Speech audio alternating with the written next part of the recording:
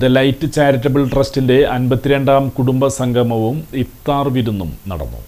The light table trust സംസ്ഥാന chairman സഫറലി Ismail സംഗമം ഉദ്ഘാടനം ചെയ്തു. ട്രസ്റ്റ് ജനറൽ സെക്രട്ടറി താജുദ്ദീൻ സ്വലാഹി സ്വാഗതം ആശംസിച്ച യോഗത്തിൽ ചെയർമാൻ സലീം തോട്ടുങ്ങൽ അധ്യക്ഷത വഹിച്ചു.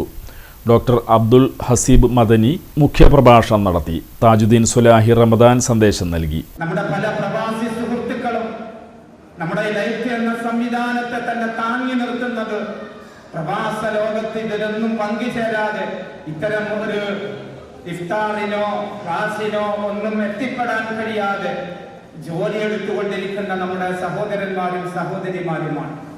അവരൊക്കെ വലിയ പ്രയാസങ്ങളിലാണ്. അവർക്ക് വേണ്ടി ദ്വാരക്കാൻ പ്രാർത്ഥിക്കാൻ ഈ അവസരം നാം ഉപയോഗപ്പെടുത്തണം.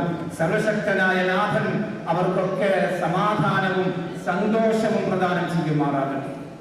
മുസ്ലിം ലോകത്ത് ഉരുണ്ടുകൂടിയിട്ടുള്ള ഈ പ്രതിസന്ധി അല്ലാഹു എത്രയും വേഗം തട്ടിമാറ്റുമാറാകട്ടെ.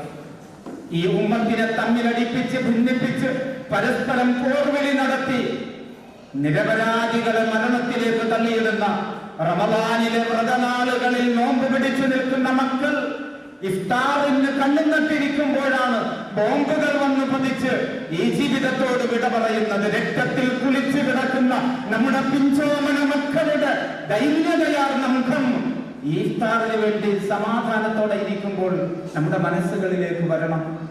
ആ കുഞ്ഞുങ്ങൾക്ക് വേണ്ടി ദുആയിരക്കാൻ, ആ ഉമ്മമാരുടെ വേദനയിൽ പങ്കുചേരാൻ. കുട്ടികൾക്കും അമ്മമാർക്കുമായി 3 കാറ്റഗറികളിലായി നടത്തിയ ഖുർആൻ ക്വിസ് പ്രോഗ്രാമിന് EI Mujeeb, Sajida teacher, Abida teacher എന്നിവർ നേതൃത്വം നൽകി. വിജയികൾക്ക് ചെയർമാൻ അനാഥശാല അഡ്വൈസർ അഡ്വക്കേറ്റ് സിദ്ദിഖ് കാട്ടകത്ത് സമ്മാനദാനം നടത്തി.